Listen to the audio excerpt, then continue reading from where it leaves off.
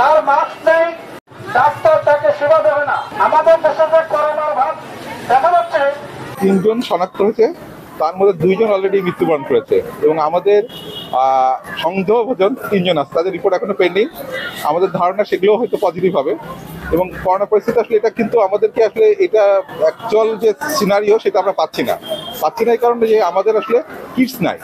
প্রথম কথা হচ্ছে যে আমাদের শুধুমাত্র একটি বেসরকারি প্রতিষ্ঠানে পরীক্ষা হচ্ছে, সেটাও শুধু র্যাপিড টেস্ট, কনফার্মেটরি যে টেস্ট পিসিআর এটা কোথাও হচ্ছে না এবং আমাদের আসলে অনেক পরিমাণে পরীক্ষা করার দরকার। আমার মনে হচ্ছে আমাদের ধারণা যে যশোরে এটা এবং বেশ অনেক পরিমাণে ছড়িয়েছে এবং সব থেকে আশঙ্কাজনক জিনিস যে আমাদের যারা ক্রনিক পেশেন্ট, যারা বিশেষ করে বয়স্ক রুগী, যারা ডায়াবেটিসের রুগী, যারা হার্টের রুগী এবং অন্যান্যভাবে যারা কিডনির রুগী, এরা সবাই কিন্তু ভালনারেবল।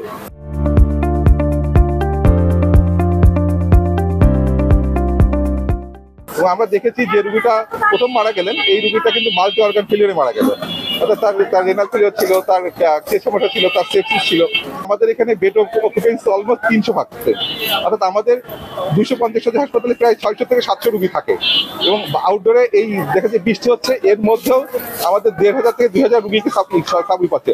কিন্তু আমরা সচেতন না হওয়ার কারণে দেখেন যে অলমোস্ট 95%-এর উপরে আমার কাছে মনে হয় যে কারোর কাছে আমরা মাস্ক দেখছি না এবং কেউই তার হ্যান্ড দিয়ে আমরা যে সামান্যতম যে আমাদের যে হ্যান্ড স্যানিটাইজেশন ব্যবহার করা এই সৌদিগুলো সেগুলো আমরা করছি না। তো প্রথম কথা হচ্ছে এগুলো করতে গেলে আমাদের কাছে মানুষকে বলতে গেলেও আমরা মানুষ শুনতে চাচ্ছে না। এখন মানুষকে জানতে হবে যে এখন করোনা বাড়ছে, করোনাতে মৃত্যু হচ্ছে, এই জিনিসটা আরো ব্যাপকভাবে পরিচয় হওয়ার দরকার। এবং আমরা অনেক রুগীগুলো যেগুলো আসলে কি আমরা করোনাতে মারা যাচ্ছে কিন্তু আমরা বুঝতে পারছি না, যে যেহেতু কিটস নাই কিন্তু আমরা পরীক্ষার অভাবে জানতে পারছি না যে রুগীগুলো এই করোনার সাথে জড়িত।